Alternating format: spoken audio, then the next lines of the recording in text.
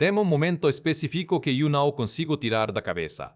É uma cena de 2008, num cinema qualquer do Brasil, luzes apagadas. Pipoca no colo, aquele queirinho de ar condicionado misturado com manteiga artificial.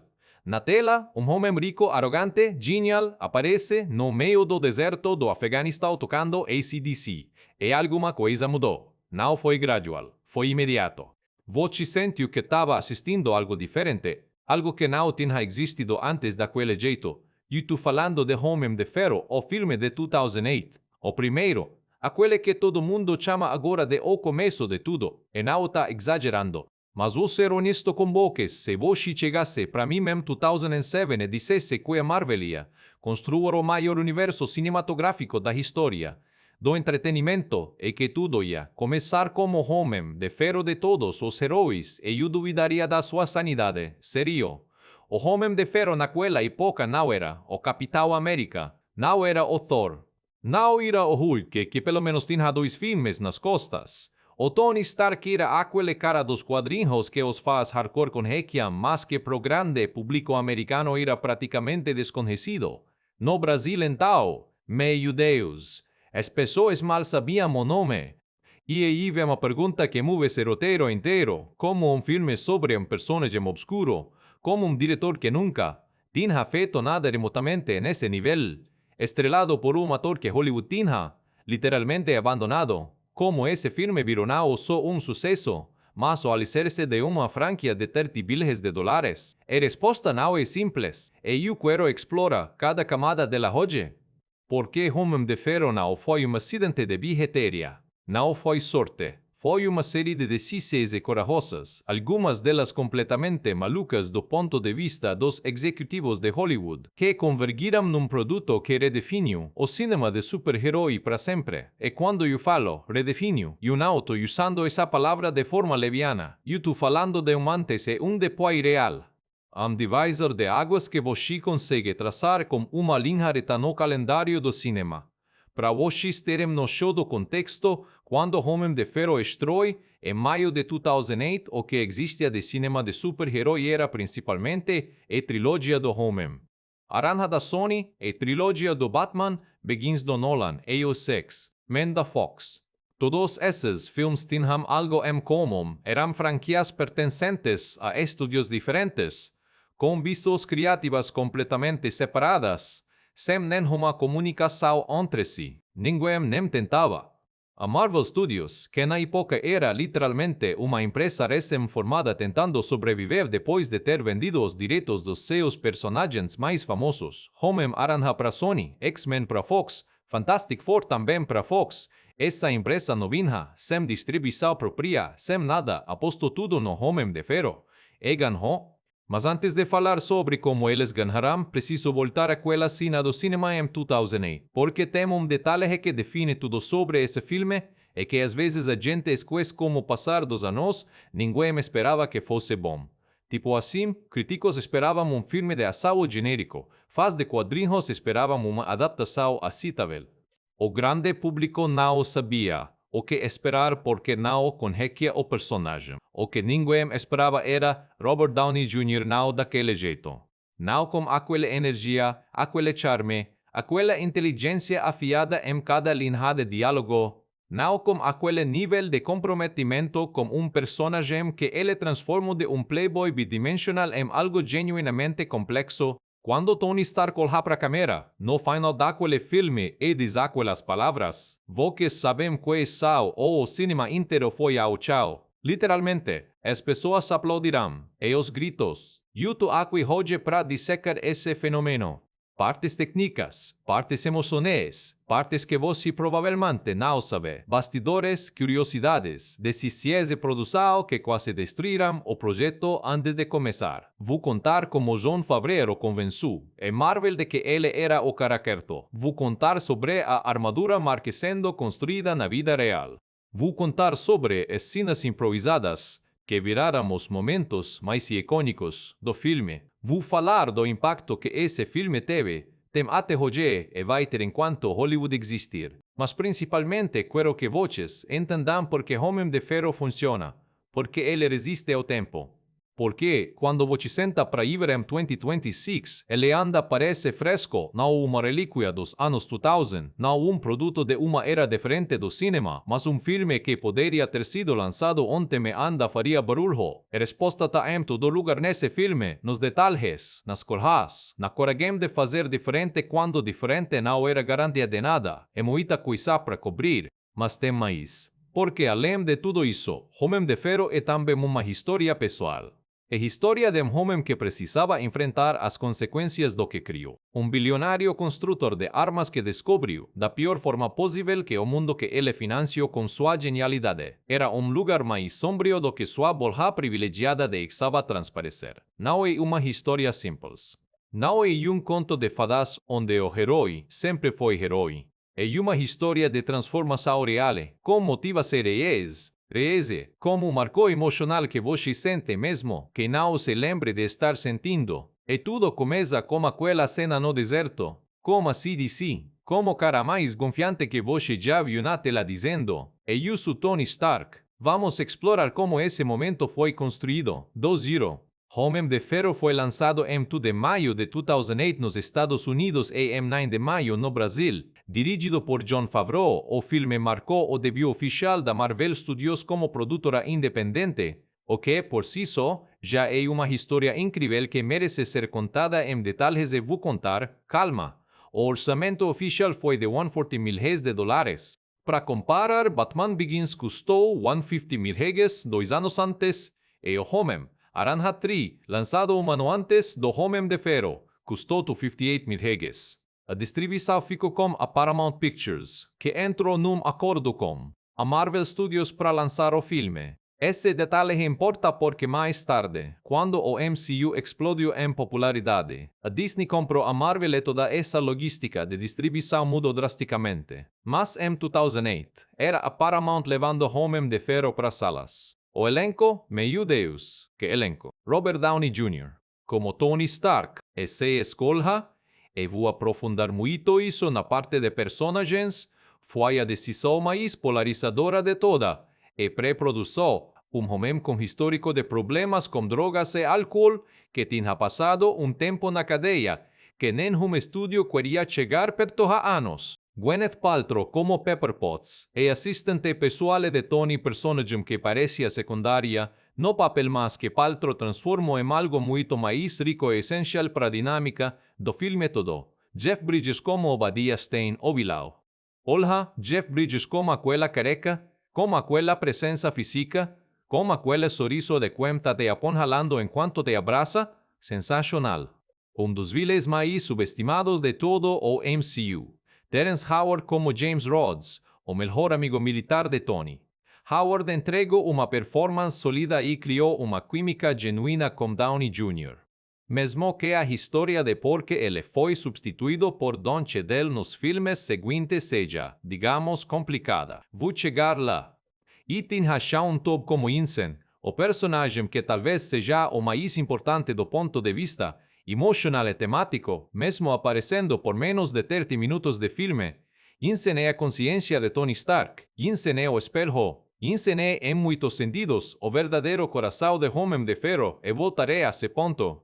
Sobre Jon Favreau, nascido em outubro de 1966, em Queens, Nova York, Favreau começou como ator. Apareceu em filmes como Rudy, 1993, e Swingers, 1996, que ele mesmo escreveu. Sua experiência como diretor, antes de Homem de Ferro, incluía Elf 2003, aquela comédia natalina com Will Ferrell, e Zatura 2005, filme de aventura espacial para crianças, que foi fracasso.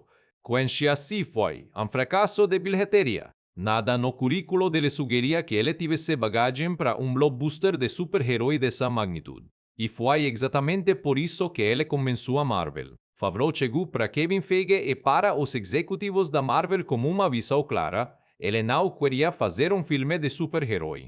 Queria fazer filme sobre personagens, onde o super-herói fosse consequência da história emocional, não o inverso.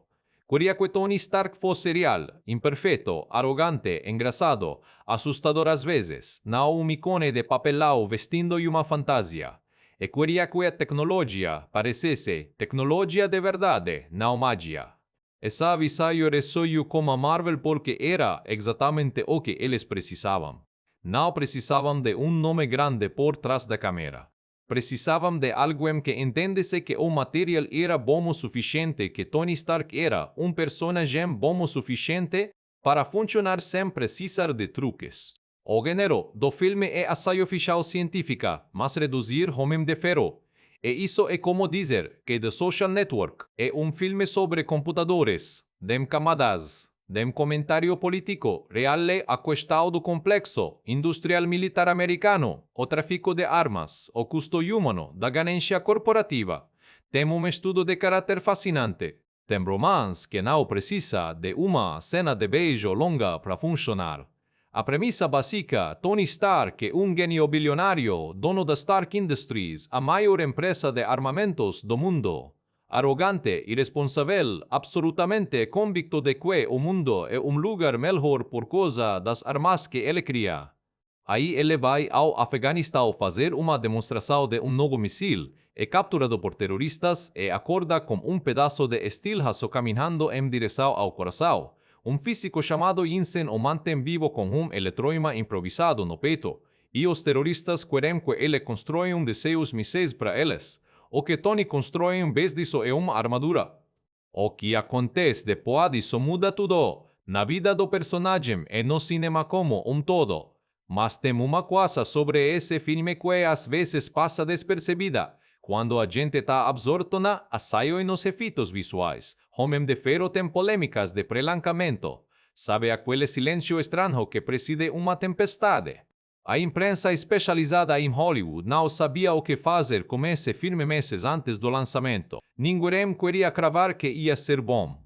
Os rumores sobre os problemas nos bastidores, sobre o roteiro sendo reescrito constantemente durante as filmagens, sobre cenas sendo improvisadas, esses rumores circulavam como aviso, como sinal de que as coisas não estavam indo bem. O que ninguém sabia era que essas improvisações irão, na verdade, o segredo do sucesso do filme. Segura essa informação por enquanto. Vou expandir muito sobre isso na parte de produção e bastidores, mas entenda desde já, o jeito que Homem de Ferro foi feito é tão fascinante quanto o produto final. Às vezes mais. O filme começa como uma piada, não como uma explosão, não como uma explosão, não como uma perseguição. Com Tony Stark num jeep militar atravessando o deserto afegão, tomando whisky, brincando com soldados jovens que estão claramente hipnotizados pela sua presença. AC/DC na trilha. Uma energia completamente diferente de qualquer filme de super-herói que existe até então. E aí tudo vai pro ar. Literalmente, o comboio é atacado.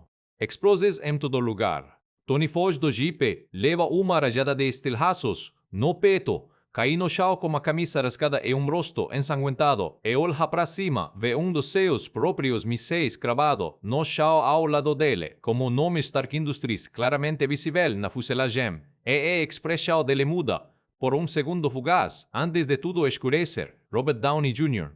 mostra algo que não é o Tony Stark confiante da abertura. Mostra um homem que acabou de entender algo que não queria entender. Esse momento é o filme inteiro em 2 segundos de tela. Mas antes de continuar a partir dali, o filme recua.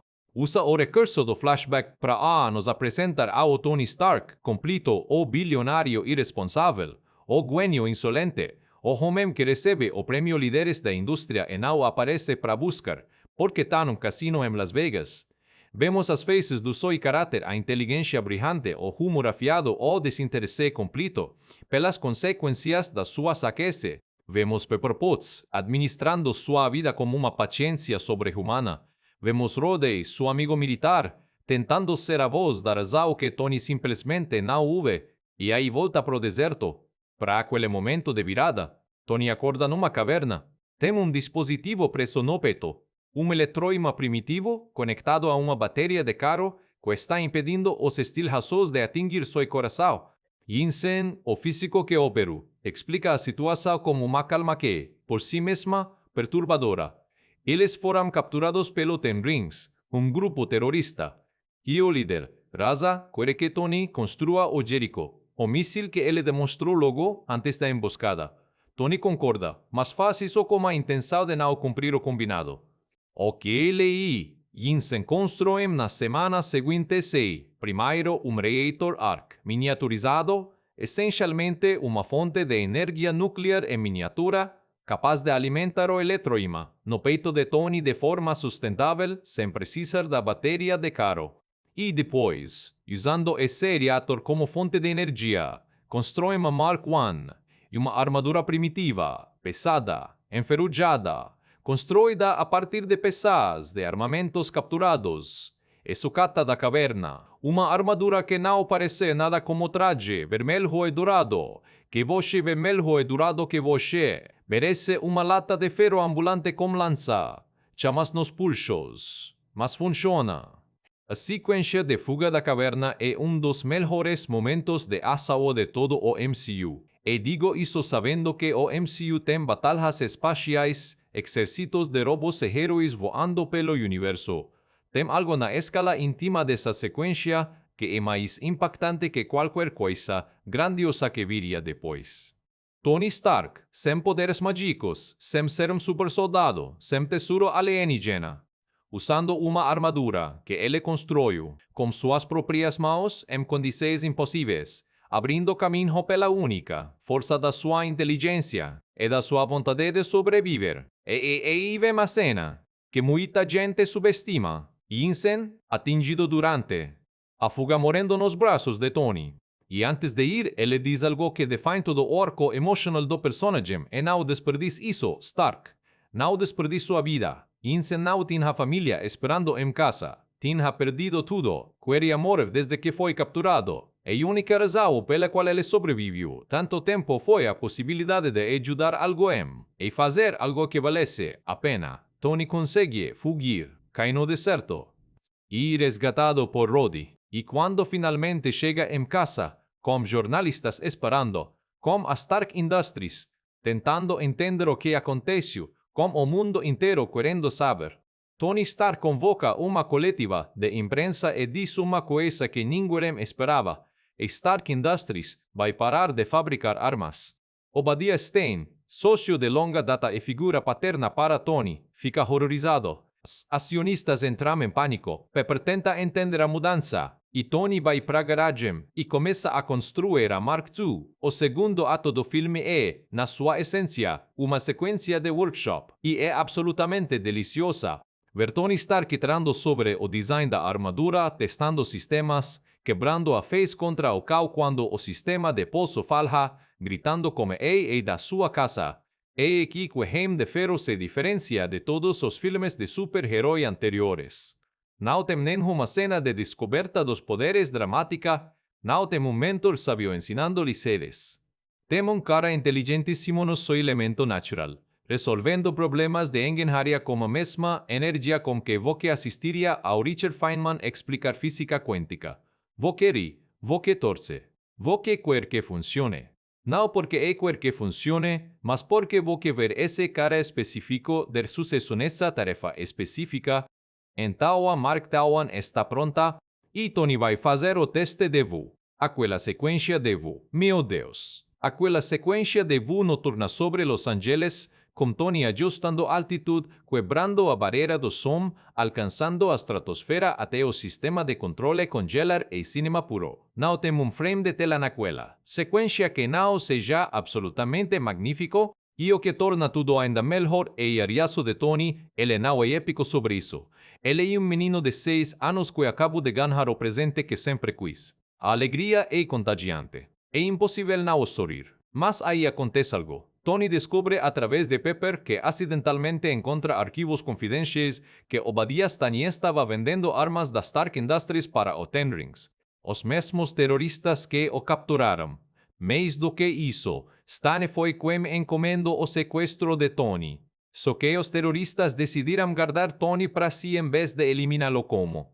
Stane queria. E quando Tony entende isso, quando o homem que ele considerava segundo pei se revela como arquiteto de tudo, o filme muda de registro, deixa de ser uma história de transformação pessoal e vira uma história de confronto, de certo de contas. Antes do confronto final, tem uma sequência que é dos grandes momentos de filmmaking de todo o filme e que às vezes fica na sombra das cenas mais espetaculares, Tony descobrindo em tempo real a extensão da traição de Stane. E o que vê no rosto de Downey Jr., sem música dramática, sem câmera lenta, sem nenhum artifício narrativo, o colapso de uma ilusão que tenha sustentado parte significativa da identidade de Tony Stark. Stan não era só parceiro de negócios, era quem tinha gerenciado a Stark Industries após a morte dos pais de Tony.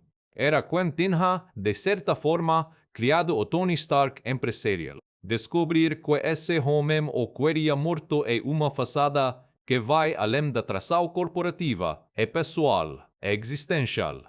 E Tony não tem tempo para processar tudo isso porque Stanley aparece na sua mansão e paralisa Tony como dispositivo sonoro, extrai o reator arc do peito dele como uma frisa cirúrgica e vai usar esse reator para alimentar a armadura que mandou construir a partir dos planos da marca que os terroristas desenvolverão depois que Tony escapou. Aqui estão dois grandes problemas de roteiro que o filme tem, honestamente. A lógica de por que Stanley precisava do reator arc específico de Tony quando ele tinha todo o laboratório da Stark Industries. Disposição é pouco torturada. Mas, e isso é mais gigante, o filme executa essa sequência com tamanha atenção, com tanto comprometimento emocional, que você passa por essa lógica sem questionar no calor do momento. Isso encaixa depois que a gente para e pensa, espera aí, mas porque ele não podia, simplesmente não importa. A cena funciona porque o que importa narrativamente não é a lógica da armadura, e Tony Stark rastejando pelo cada sua própria casa, tentando chegar até uma vitrine onde guarda o primeiro reator arc que Pepper mandou montar como presente, o prototipo, já desativado que Tony achou que nunca ia precisar de novo. Aquele momento de Tony enfiando o reator no peito com as mãos tremendo, sozinho, como a vida literalmente dependendo disso, é momento de vulnerabilidade genuína, que o filme precisa ter para que o confronto final signifique alguma coisa. Porque quando Tony coloca a armadura, Mark Teterie vai atrás de Stan e vê que não está torcendo pelo herói abstrato. Está torcendo por aquele homem específico que você viu arrastar pelo carro. A escala do conflito é pequena. Duas pessoas vestindo armaduras em cima de prédio, mas o peso emocional é enorme. O confronto entre Tony e Stan é visualmente, espetacular e estruturalmente bem executado. A armadura de Stan é maior, mais poderosa, mais bruta. A de Tony é mais veloz e mais sofisticada, mas como reator já fraco que não aguenta muito mais. Eles destroem boa parte do topo do prédio da Stark Industries. Stan, que aparentemente não leu o manual sobre como não ser atingido por ataques aéreos, ignora completamente a ameaça vinda de cima enquanto está ocupado esmagando Tony no carro. A resolução é engenhosa dentro das limitações. Tony pede que Pepper sobrecarregue o grande reator arc do prédio, criando uma descarga de energia que elimina Stan e a armadura de LED uma vez. O custo. Tony quase, bem junto, cai do topo do prédio, pulso no estacionamento, armadura destruída, e fica olhando para o CU, enquanto as primeiras sirenes são ao longe. Mas o filme não termina aí. Ainda tem a cena da coletiva de imprensa, agentes da SIELD, apresentados brevemente no filme, numa construção de mundo que na época ninguém entendia completamente a importância. Preparam uma história de cobertura para Tony dizer à imprensa. Tony concorda aparentemente, lê o texto que prepararão, e então joga o papel de lado. A verdade é, eu sou o homem de ferro. Silêncio, flashes, caos. Essa frase é, esse momento, não tem como superestimar o impacto que ele teve. Em 2008, é convencido que não era clara, o herói esconde a identidade. Peter Parker é o homem, Aranha, mas ninguém pode saber. Bruce Wayne é o Batman, e a identidade secreta é parte fundamental de quem ele é. Batman sem a máscara, o segredo, a dualidade, não funciona. E o gênero inteiro, construído em cima do pilar da identidade oculta. E Tony Stark faz o oposto, publicamente. Deliberadamente, sem hesitar, não é apenas uma sacada narrativa esperta, é uma declaração de princípios sobre quem é esse personagem. Tony Stark não usa máscara porque não precisa. A armadura não é uma fuga da realidade, é uma extensão dela. Tony Stark e o Homem de Ferro são a mesma pessoa. A arrogância que parecia um defeito de caráter se transforma. No ato mais usado e mais honesto que um super-herói poderia fazer. E então, pós-créditos, Nick Fury aparece na escuridão da mansão de Tony. Samuel L. Jackson, orro tampado casaco negro de couro, exalando autoridade em cada centímetro de presença. Naquele momento, em 2008, as pessoas que viram essa cena dividirão. Se em dois grupos, os que ficarão completamente perdidos com esse cara, que iniciativa Vingadores, e os fãs de quadrinhos que literalmente entrarão em colapso existencial de felicidade. Porque sabiam exatamente o que aquela cena significava. Sabiam que a Marvel estava jogando um jogo mito maior. Que aquele não era o fim de uma história, era o prólogo de algo que não tinha precedente no cinema. Os dois grupos eram igualmente válidos. Os perdidos logo aprenderiam. Os fãs de quadrinhos nunca esqueceriam onde estavam quando viram aquela cena. Homem de Ferro, como estrutura narrativa, é quase perfeito nos seus primeiro e segundo atos. O terceiro tem pequenas inconsistências lógicas que mencionei, e eu vi lá o poderia ter sido desenvolvido com mais profundidade dado o talento de Jeff Bridges. Mas o arco emocional de Tony, de homem irresponsável a alguém disposto a assumir as consequências das suas escolhas é executado com uma coerência que poucos filmes de origem conseguem igualar. O filme não precisa de um evento externo para motivar a transformação do herói. Precisa apenas que Tony Stark olhe para aquele míssil com seu nome no deserto afegão e entenda o que aquilo significa. Tudo mais é armadura, os vilões, as batalhas é consequência direta desse momento de compreensão. Homem de Ferro é o segundo tipo. Tony Stark não é uma função narrativa. É uma presença tão específica, tão rica em detalhes e contradições, que a história poderia ser qualquer coisa e você ainda assistiria por causa dele. Tony Stark é Homem de Ferro, Robert Downey Jr. Vou começar dizendo o que todo mundo pensa, mas às vezes hesita em falar abertamente. Não existe melhor sem Robert Downey Jr. Não existe versão que conhecemos. Você pode fazer qualquer experimento mental que quiser, e se outro ator tivesse o papel, mas a resposta sempre vai ser a mesma, seria um filme diferente sobre um personagem diferente chamado Tony Stark. O que Downey Jr. fez com esse papel vai além de performance. A criação de identidade.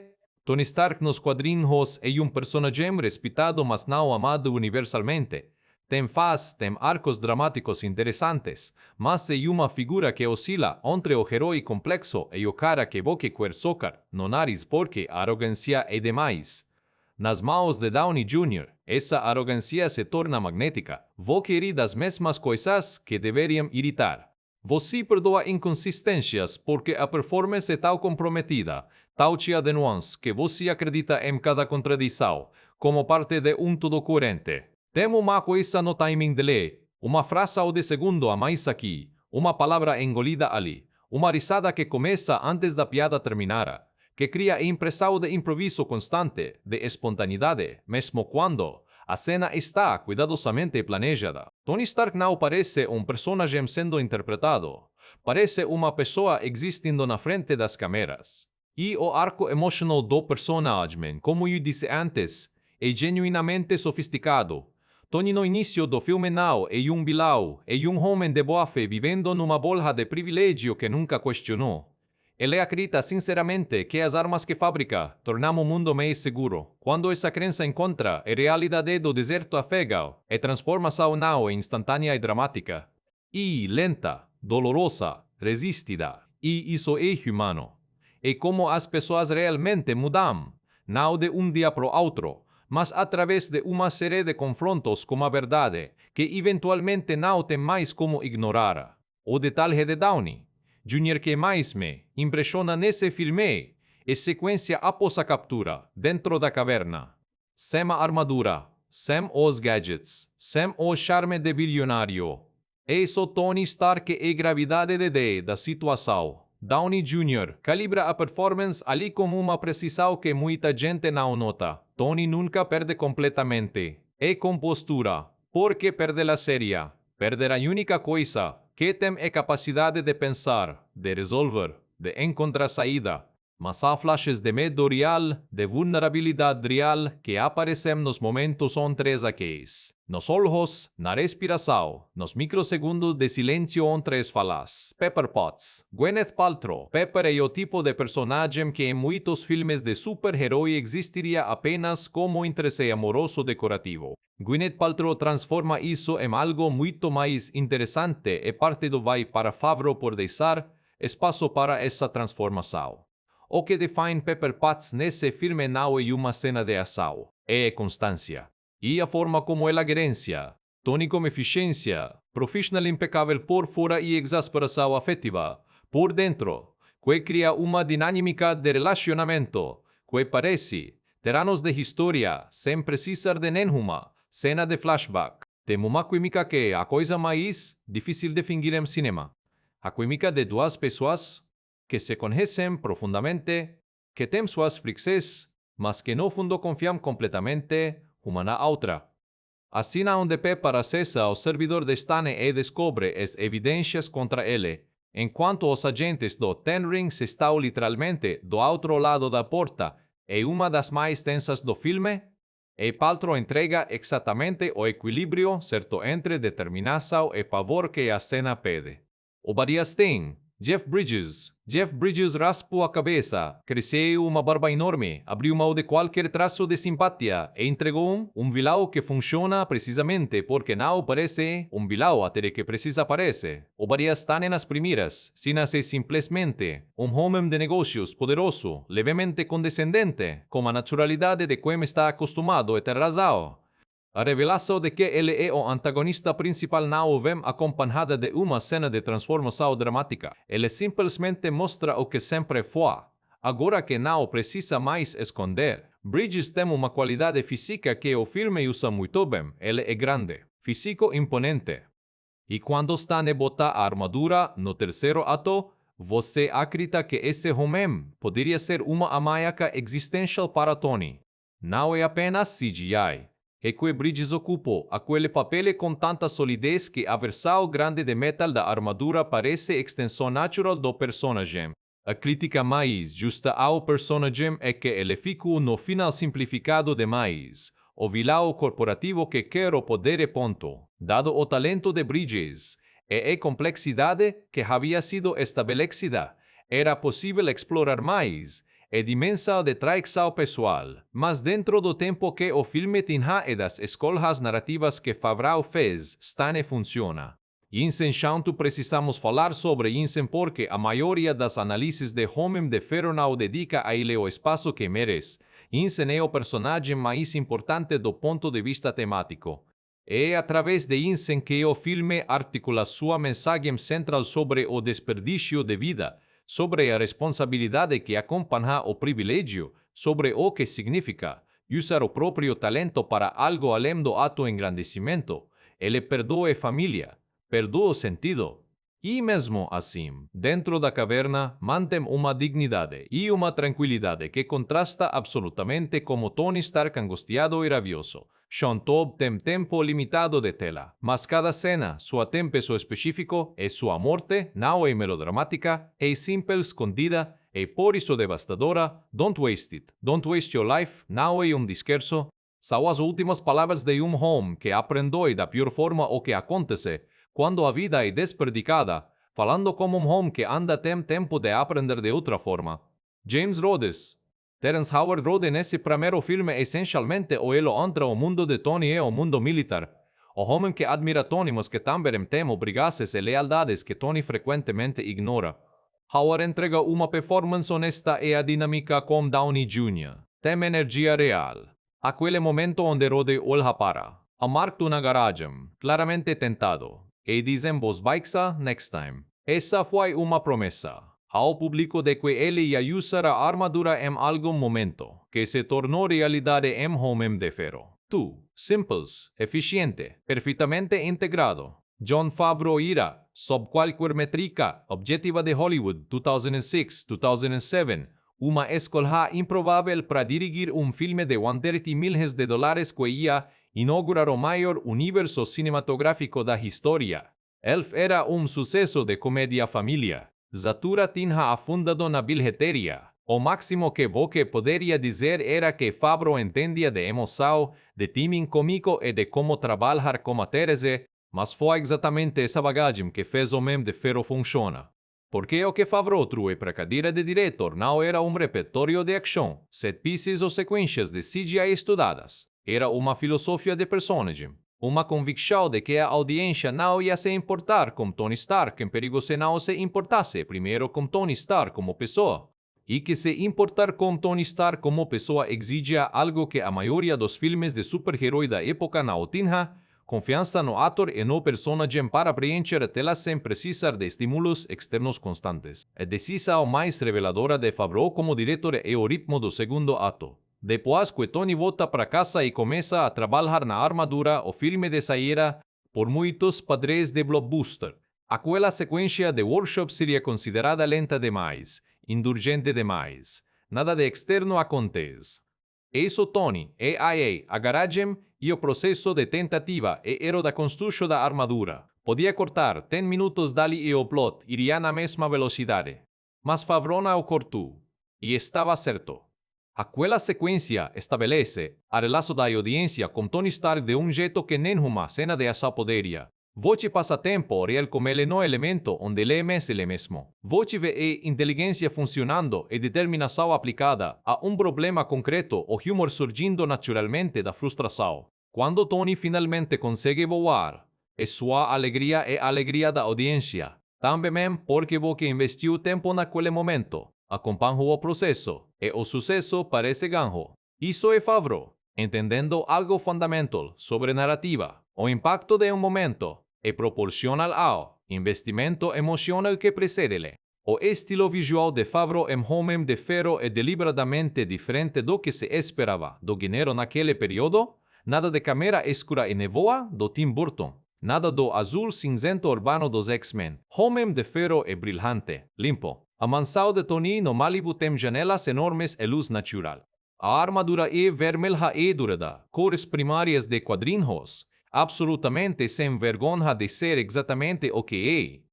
O Afeganistão tem uma paleta quente alaranjada de belo e de ameaça misturados. Favreau usou muito o diretor de fotografia Matthew Libatic, conhecido pelo trabalho com Darren Aronofsky e Requiem para sonho, Mi. Libatic trouxe para Homem de Ferro uma textura visual que é ao mesmo tempo comercialmente acessível e visualmente inteligente. As cenas de ação têm clareza espacial, você sabe como está onde e o que está acontecendo, o que parece óbvio mas é surpreendentemente raro no cinema de ação contemporâneo. As cenas intimistas têm uma intimidade real, uma tendência a trabalhar perto dos rostos, a capturar expressões em vez de enquadramentos grandiosos. A abordagem de Favreau aos atores merece destaque especial. Em Homem de Ferro, ele levou isso ao extremo. Muitas cenas foram filmadas sem roteiro fixo, com Favreau e os atores chegando ao set sabendo o objetivo dramático da cena, mas construindo o diálogo ali mesmo, na hora, em múltiplas tomadas com variações diferentes. Isso explica por que o filme tem uma qualidade de espontaneidade que é muito difícil de fingir. Tony Stark parece improvisar porque, muitas vezes, Robert Downey Jr. estava literalmente improvisando, como diretor que sabia quando parar e quando deixar a câmera rodar. A relação de Favreau com Kevin Feige durante a produção também merece análise. Feige, que seria o arquiteto de todo o MCU nos anos seguintes, ainda estava em fase de construção de autoridade dentro da Marvel Studios naquele momento, e Favreau tinha uma independência criativa significativa que usou para defender escolhas que os executivos às vezes questionavam. A decisão de não ter roteiro finalizado antes das filmagens, por exemplo, era pesadelo de perspectiva corporativa, como você controla custos se não sabe exatamente o que vai filmar, mas era exatamente o que o filme precisava para ter a textura que tem. A comparação mais justa para o trabalho de Favreau em Homem de Ferro e com diretores que entendem como fazer filmes de grande escala sem perder o fio da meada humana. Spielberg é a referência óbvia a filmes de grande escala sem perder o fio da meada humana. Spielberg é a referência óbvia, mas Favreau tem algo mais específico, respeito pelo material de origem combinado com a coragem de adaptar, não apenas traduzir. Ele não pegou os quadrinhos e tentou recriar pneus na tela, pegou a essência do personagem e encontrou a linguagem cinematográfica certa para expressar lá a história de como Homem de Ferro foi feito começa muito antes das câmeras ligarem. Começa com a Marvel Studios numa situação que, na linguagem direta do mercado financeiro, virava o desespero. Para entender o contexto, em meados dos anos 90, a Marvel Comics declarou falência. Vendeu os direitos cinematográficos de seus personagens mais valiosos para sobreviver. Homem-Aranha foi para Sony. X-Men e Fantastic Four foram para Fox. Os personagens que sobraram com e Marvel eram exatamente os menos óbvios como apostas de bilheteria, Homem de Ferro, Thor, Capitão América, Hulk, os B-listers, os personagens que os fãs conheciam mas que o grande público ignorava. Em 2005, a Marvel criou a Marvel Studios como uma entidade de produção independente, garantiu um empréstimo de $55 milhões usando os direitos dos seus personagens como colateral, num acordo que, se os filmes fracassassem, resultaria na Marvel perdendo esses direitos também. E começou a planear uma estratégia cinematográfica. O primeiro filme dessa estratégia seria Homem de Ferro. Não foi uma escolha sem debate interno. Havia vozes dentro da empresa que queriam começar com Capitão América ou com Thor, personagens com perfis mais heróicos tradicionais, mais fáceis de vender para o grande público. Homem de Ferro tinha bagagem problemática, era bilionário fabricante de armas, com histórico de alcoolismo nos quadrinhos, sem poderes mágicos ou sobrenaturais. Não era exatamente uma venda fácil, mas Kevin Feige viu o potencial. Tony Stark era, na sua leitura, o personagem mais humano que a Marvel tinha, imperfeito de formas reconhecíveis, inteligente de formas fascinantes e com uma jornada de transformação que era cinematograficamente rica sem precisar de universo inteiro de mitologia por trás.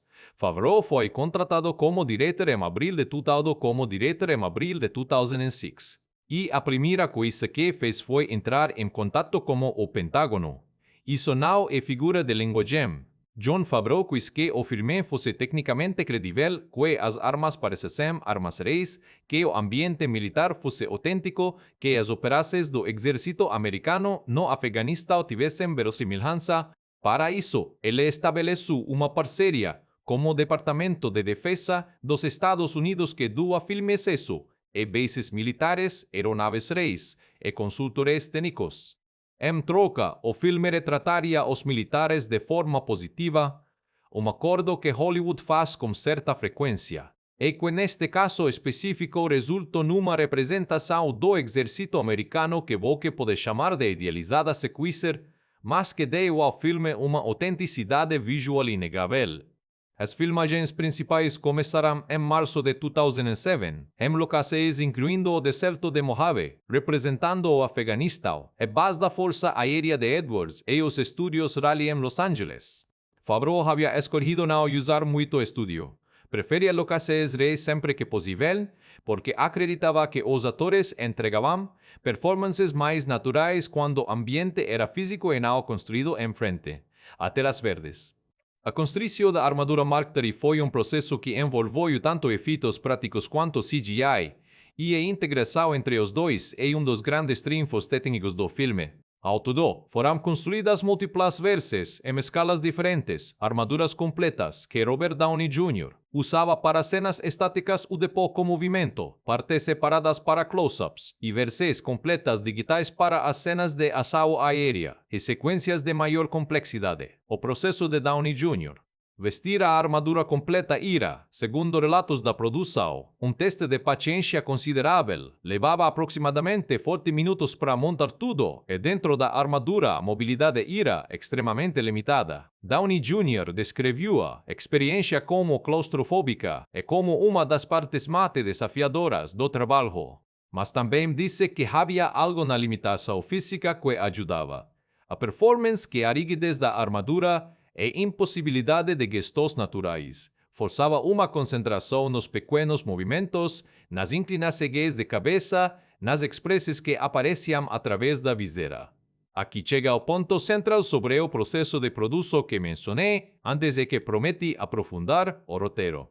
Homem de Ferro foi filmado sem roteiro finalizado. Isso não é exagero ou romantização criativa, é literal. Mark Fergus e Hawk Osby escreverão draft inicial que foi base para a contratação de Favreau e para o planejamento geral. Depois, Art Marcum e Matt Holloway foram chamados para uma revisão extensiva. Mas quando as câmeras começaram a rodar em março de 2007, havia cenas, muitas cenas, que existiam apenas como esboços conceituais. Os atores sabiam o objetivo emocional da cena, sabiam de onde a história vinha para onde ia, mas o diálogo específico era, muitas vezes, construído no set, na hora, em colaboração entre Favreau, Downey Jr. e o resto do elenco, Downey Jr.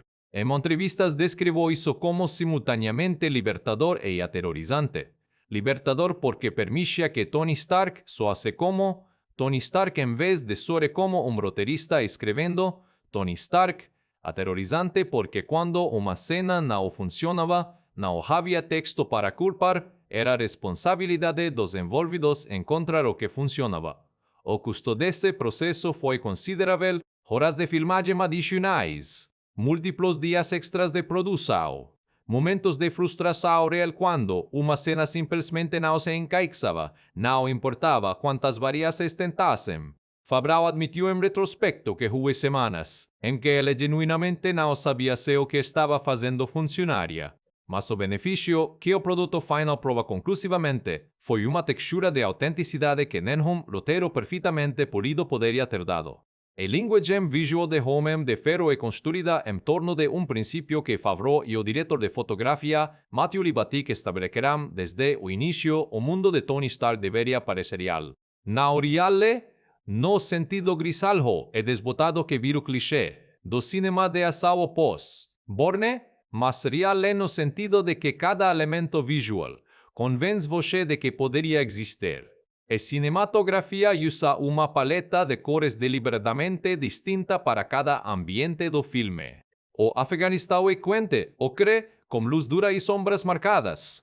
Uma estética que remete imediatamente à cobertura jornalística de conflitos reais, criando uma familiaridade visual que ancora afixa na realidade. As instalações da Stark Industries têm uma frisa corporativa deliberada, alumínio, vidro, iluminação artificial, que comunica poder, mas também esterilidade.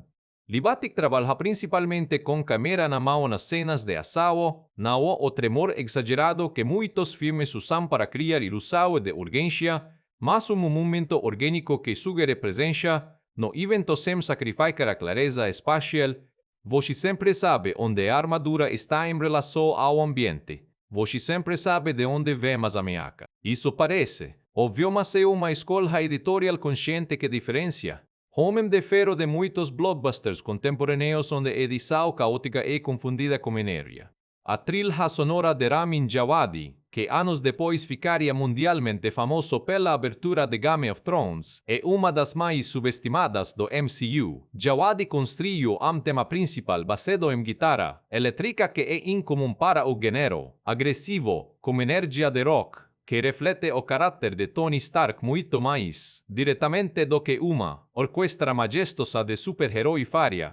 É música equivalente à personalidade do personagem, técnica brilhante com atitude. O uso de músicas licenciadas complementa a trilha de Djawadi perfeitamente. Back in Black do AC/DC na abertura não é apenas uma escolha de energia. É uma declaração temática sobre quem é Tony Stark antes que ele diga uma palavra. Iron Man do Black Sabbath nos créditos finais é vínculo cultural que funciona porque o filme ganhou o direito de se divertir com sua própria iconografia. Os efeitos visuais foram desenvolvidos principalmente pela Industrial Light and Magic com supervisão de John Nelson. O desafio central era fazer a pesada. Não apenas visualmente pesada, fisicamente pesada, com inercia real, com impacto concreto quando bate em superfícies. Problema recorrente em filmes de super-herói é a leveza artificial dos efeitos, corpos que voam e colidem sem o peso, que a física exigiria, criando distanciamento inconsciente na audiência. E ILM resolve isso através de uma atenção obsessiva ao que tecnicamente chamam de secondary motion. Os movimentos secundários que objetos pesados fazem quando se movem ou param. Quando a Mark III pousou no topo de prédio, você vê o concreto rachar ligeiramente. Quando ela recebe golpe, verá as chapas metálicas deformar. Esses detalhes não são grandes o suficiente para dominar a cena, mas são convincentes o suficiente para que o cérebro processe a armadura como algo com massa e consequência física. A sequência de voo sobre Los Angeles é choque técnico que ainda impressiona. E transigiu entre Robert Downey Jr., usando a armadura física para a versão CGI era M2008. Estado da arte é a razão pela qual funciona a consistência de iluminação que é a iluminação que ele manteve. A armadura digital é iluminada exatamente como o ambiente real ao redor dela. O que é muito mais difícil do que parece é a diferença entre efeito convincente e efeito que aparece como artificial ou design de produção sob direção de J. Michael Riva, merece crédito especial pela criança da Manso e da garagem de Tony. A garagem em particular que se tornaria cenário de muitas sequências ao longo de vários filmes do MCU foi construída como ambiente de trabalho real, com ferramentas funcionais, espaço suficiente para que os atores se movem naturalmente e uma estética que equilibra a tecnologia de ponta com o caos orgânico de lugar que é genuinamente usado. Não parece set. Parece garagem de gênio excêntrico e rico, o que é exatamente o que deveria parecer. O figurino da armadura, trabalhado em conjunto por Riva, pela Legacy Effects e pela Marvel, estabeleceu design visual que influenciaria todo o MCU. O vermelho e dourado da Mark III é deliberadamente baseado nos quadrinhos clássicos, numa escolha que Favreau defendeu contra sugestões de atualizar as cores para algo mais sombrio e realista. Ele insistia que o filme não precisava ter vergonha de ser colorido, que personagem visual tão forte quanto Tony Stark merecia uma armadura que parecesse saída de quadrinho premium, não de manual militar. Estava completamente certo. Sabe aquela cena icônica, no início do filme, quando Tony está no jeep como soldados americanos e deles pede uma selfie com ele. E Tony faz aquela pose ridícula enquanto o soldado tira a foto, todo orgulhoso. Isso foi improvisado completamente. O soldado, interpretado por ator coadjuvante, não sabia que Downey Jr. ia fazer aquilo. A reação de surpresa e alegria do personagem é genuína porque o ator estava genuinamente surpreso. Esse tipo de detalhe se repete ao longo de toda a produção e define o processo criativo de Favreau. A cena onde Tony chega na coletiva de imprensa e pede cheeseburger de uma rede específica de fast food, improvisada por Downey Jr. A escolha da marca foi tão específica que a empresa pagou pela colocação de produto, mas a colocação no roteiro original. Downey Jr. Jorio original. Queria que Tony fizesse algo inesperadamente humano depois de toda a provação e comer cheeseburger barato enquanto o mundo aguardava. Sua declaração sobre ser o homem de ferro era perfeitamente Tony Stark. A lógica de Tony Stark sendo a primeira pessoa no universo. Marvel a revelar publicamente sua identidade como super-herói foi discutida extensivamente antes do final ser filmado. A cena alternativa, onde Tony leria o comunicado preparado pela SHIELD, foi filmada e existe em algum arquivo da Marvel. Nas projeções de teste, a audiência reagia positivamente ao comunicado oficial, mas não havia aquela explosão de euforia que Favreau queria. Ele decidiu arriscar a versão com a revelação completa. E a resposta nas projeções finais foi tão intensa que confirmou a escolha. Samuel L. Jackson na cena pós-créditos é outro bastidor fascinante. Jackson havia aparecido nas páginas do Ultimate Marvel, uma linha de quadrinhos relançada nos anos 2000 onde Nick Fury foi redesenhado explicitamente com as faces de Jackson, sem que a Marvel tivesse obtido permissão prévia. Quando Jackson descobriu, ligou para a Marvel. A conversa resultou num acordo para que ele interpretasse o personagem no MCU. A cena pós-créditos de Homem de Ferro foi filmada, quase como segredo dentro da produção. Poucas pessoas na equipe sabiam que estava sendo feita sobre Robert Downey Jr. E o papel, a contratação foi, como mencionei antes, extremamente controversa. O presidente da Marvel Entertainment, Avi Arad e o co-CEO David Maisel eram contra. A lógica era puramente de risco financeiro. Um ator com histórico de problemas seria impossível de segurar para sequências e potencialmente um pesadelo de relaxe algo de ser errado durante a produção, como defendo eu durante a produção. Com mais força foi Jon Favreau, que visitou o ator pessoalmente, fez um teste de câmera que foi mostrado para os executivos e argumentou que aquele nível de performance específica, aquela combinação de charme e profundidade, simplesmente não existia em outro ator disponível para o papel. O teste de câmera de Downey Jr. inclui a cena onde Tony e Pepper têm um momento íntimo enquanto ela tenta remover o reator arc do peito de Lee. Era uma cena de relaxo, não de axo, e foi suficiente para que até os mais céticos dos executivos concordassem. Havia algo naquele ator que nenhum outro candidato tinha. Sobre easter eggs, o filme está repleto de referências para fãs de quadrinhos que em 2008 eram apenas detalhes de fundo e que, com o passar dos filmes do MCU, ganharão significado retroativo. O Capitão América aparece brevemente, apenas o escudo em construção, na garagem de Tony, visível por alguns frames numa sequência de workshop. Isso foi deliberado. Favreau queria semear o universo compartilhado desde o início, mas de forma que não perturbasse o ritmo do filme principal. O nome Ten Rings para o grupo terrorista é uma referência direta ao vilão dos quadrinhos chamado Mandarin, cujos poderes vêm de 10 anéis mágicos. A Marvel plantou essa semente em 2008 e só desenvolveu explicitamente anos depois em Homem de Ferro 3, com resultados que dividem a opinião dos fãs, mas o detalhe estava ali desde o início, esperando. Consultores de física da Caltech foram envolvidos na produção para garantir que a linguagem técnica usada fosse plausível, não necessariamente possível com a ciência atual, mas internamente consistente com um futuro científico credível.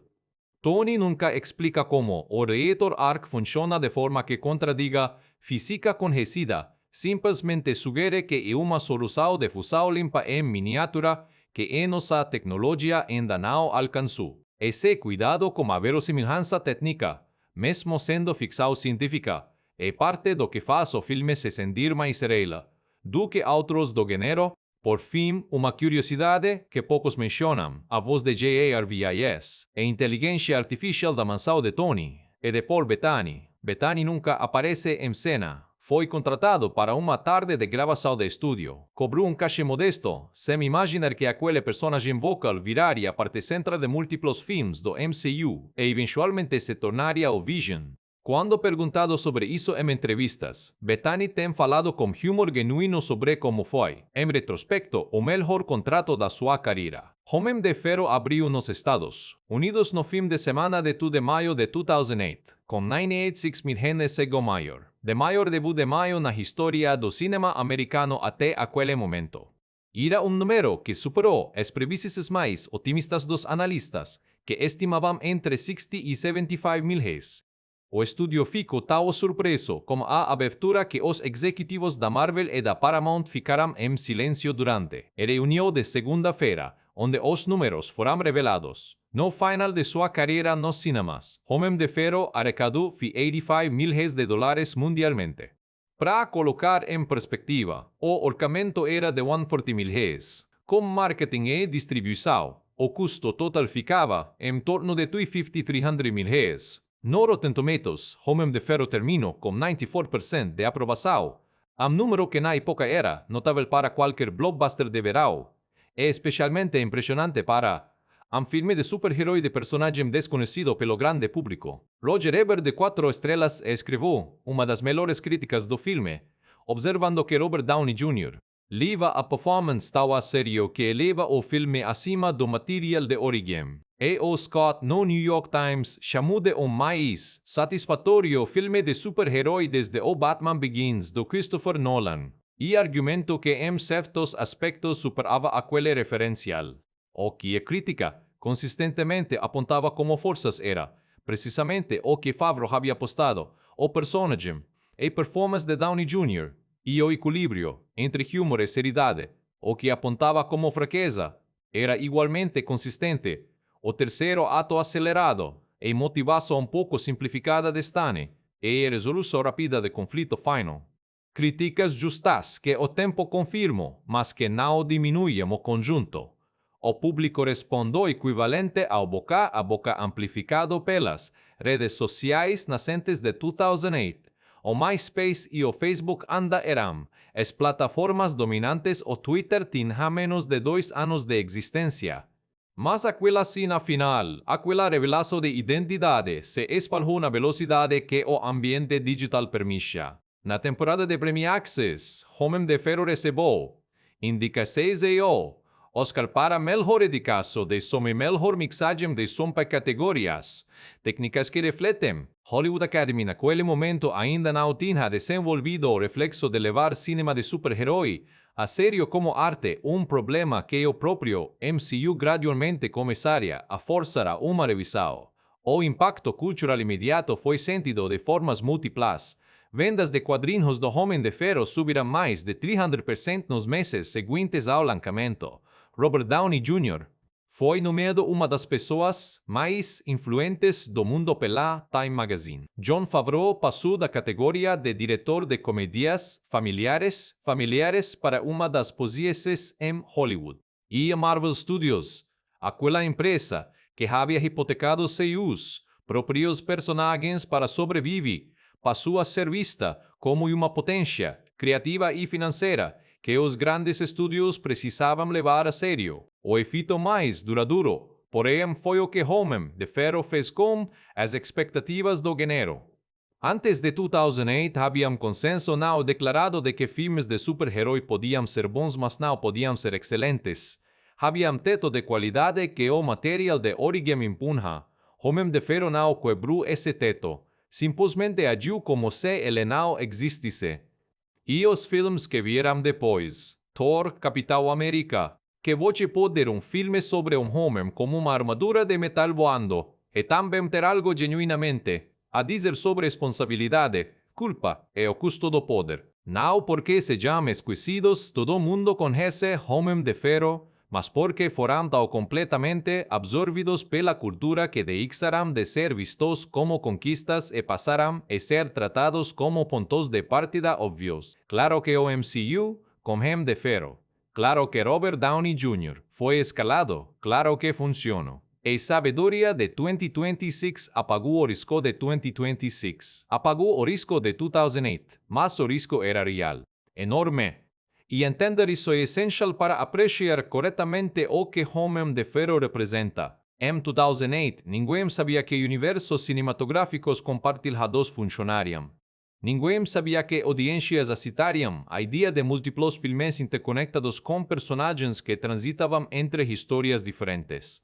A lógica de Hollywood era clara. Franquias funcionavam como sequências diretas do mesmo personagem, não com teias de conexões entre dezenas de heróis diferentes. O que a Marvel propunha como a cena do Nick Fury era algo sem precedente no cinema mainstream, e sem precedente significa sem garantia. Que isso funcionou é, em retrospecto, óbvio, que era uma aposta corajosa na época e um fato que a história tende a suavizar. Mas Homem de Ferro não era apenas o primeiro filme de um universo, era a prova de conceito para a ideia inteira. Se tivesse fracassado, se tivesse sido mediocre, se Robert Downey Jr. tivesse entregado uma performance menor que perfeita, o MCU não existiria. O mundo do entretenimento seria fundamentalmente diferente. Disney provavelmente não teria comprado a Marvel por $4 bilhões em 2009. Vingadores em 2012, que se tornaria o terceiro filme de maior bilheteria da história até aquele momento, simplesmente não aconteceria.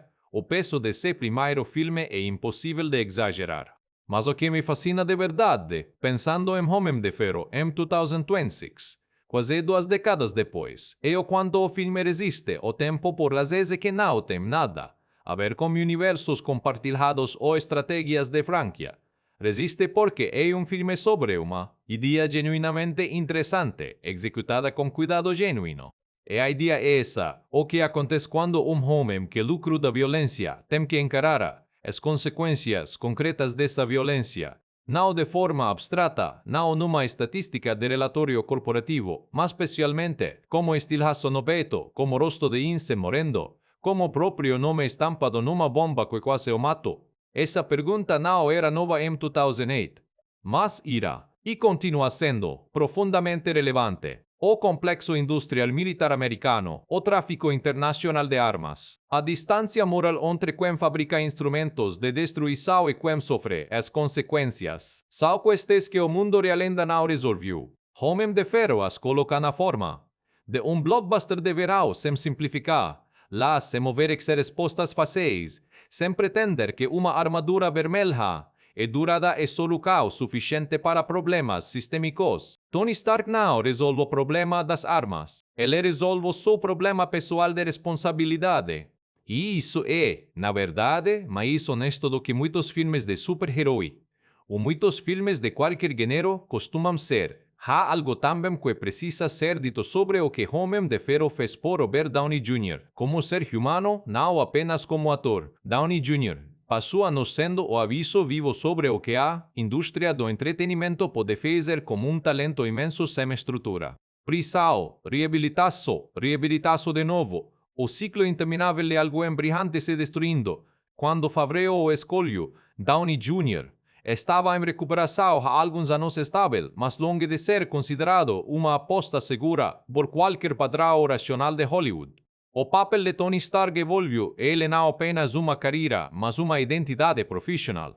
E há uma simetria bonita, quase perturbadora, entre o arco de Tony Stark, no filme, homem que desperdiçou seu talento em quase que coisa vandano, forçado por circunstâncias extremas, e reexaminar quem era e o que podia construir, e o arco de Downey Jr. na vida real. Não estou dizendo que o ator é o personagem. Estou dizendo que havia, naquele encontro entre ator e papel, uma ressonância que você sente em cada frame do filme mesmo sem saber a história por trás. A grandeza de uma performance às vezes vem de dentro de formas que não são completamente analisáveis. Em 2026, Homem de Ferro pertence a uma era específica do MCU e Phase 1, que muitos fãs olham como uma nostalgia tenida de melancolia, porque o Robert Downey Jr. de hoje não está mais no papel, e a sensação daquele universo jovem e em construção nunca vai se repetir. A morte de Tony Stark em Vingadores, Ultimato 2019, foi de muitas formas o fim de uma era que Homem de Ferro 2008 havia inaugurado. 11 anos de arco de personagem, de sacrifício gradualmente construído, chegando ao ponto mais alto e mais doloroso possível. O fato de que aquela morte funcionou, de que cinema inteiro correu por personagem de quadrinho vestindo uma armadura de metal, existe porque a fundação estava certa desde o início. Porque em 2008, Jon Favreau e Robert Downey Jr. se recusaram a fazer produto e insistirão em fazer personagem. Então, quando você rever Homem de Ferro hoje, eu recomendo que você reveja, especialmente se faz anos que não assiste, preste atenção nos detalhes pequenos. Na forma como Tony segura o whisky no jipe antes de tudo virar ao avesso. Na expressão de Yinsen quando entende que Tony de fato vai tentar a fuga. No olhar de Pepper quando Tony chega da Arábia como uma barba de 3 semanas e pede cheeseburger. Nos micromomentos entre as grandes cenas onde os atores estavam, quase certamente simplesmente, sendo humanos na frente de uma câmera. É nesses detalhes que o filme vive. É por causa desses detalhes que continua vivo. A verdade é, isso o Homem de Ferro. 18 anos depois, essa frase anda de arrepio, e vai continuar dando enquanto houver alguém disposto a apertar o play.